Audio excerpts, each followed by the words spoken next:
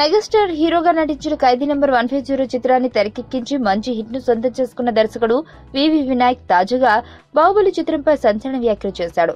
గత కొంతకాలంగా బాహుబలి చిత్రాన్ని తెరకెక్కించిన రాజమౌళికి వినాయక్ కోల్డ్ వార్ జరుగుతుంది. వినాయక్ చిత్రీకరించిన అక్కినేని ప్రిన్స్ అక్కినేని నటించిన అఖిల్ చిత్రం వల్ల రాజమౌళి వినాయకుల మధ్య విభేదాలు వచ్చాయనే టాక్ ఎప్పటి నుండి ఉంది. కానీ ఈ విషయమై అధికారికంగా ఎవరూ స్పందించలేదు. అలాగని అప్పటి నుండి వినాయక్ రాజమౌళిలు కూడా సన్నిహితంగా కనిపించిన సందర్భం లేదు. తాజాగా మీడియాతో ముచ్చటించిన ప్రభాస్ బాహుబలి చిత్రంపై చిరు దర్శకుడు వినాయక్ ఘాటుగా స్పందించాడని చెబుతున్నాడు. మొదటి పార్ట్ విడుదలైన నేపథ్యంలో వినాయక్ రాజమౌళి ప్రభాస్లతో ఇన్ని ప్రశ్నలకు నిలువైన ఈ చిత్రం ఎలా హిట్ అయింది అంటూ షాకింగ్ గా మాట్లాడాడు. అసలు క్లారిటీ లేని ఈ చిత్రం ప్రేక్షకులను ఎలా ఆకట్టుకుంది, కంక్లూజన్ లేని చిత్రంను ప్రేక్షకులు ఎలా ఇష్టపడ్డారంటూ బాహుబలి చిత్రంలో ఎన్నో ప్రశ్నలున్నాయని వినాయక్ సరదాగా అన్నాడట. చాలా మంది కూడా ఈ చిత్రంపై అనేక సందేహాలు వ్యక్తం చేశారు. ఆ ప్రశ్నలన్నింటికి కూడా 10 రోజుల్లో సమాధానం దొరకబోతోంది అంటూ ప్రభాస్ చెప్పుకొచ్చాడు.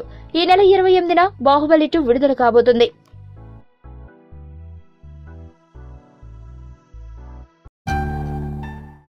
నా పేరు ధనుష్ రిషి.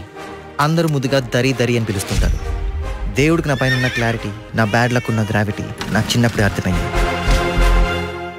నా లైఫ్లో లక్ ఫ్యాక్టర్ రాంగ్గా ఉండొచ్చు, కానీ లవ్ ఫ్యాక్టర్ మాత్రం చాలా స్ట్రాంగ్గా ఉంది. ఒక మనిషి చేయి చూసి తన జాతకం మొత్తం చెప్పేయగలను.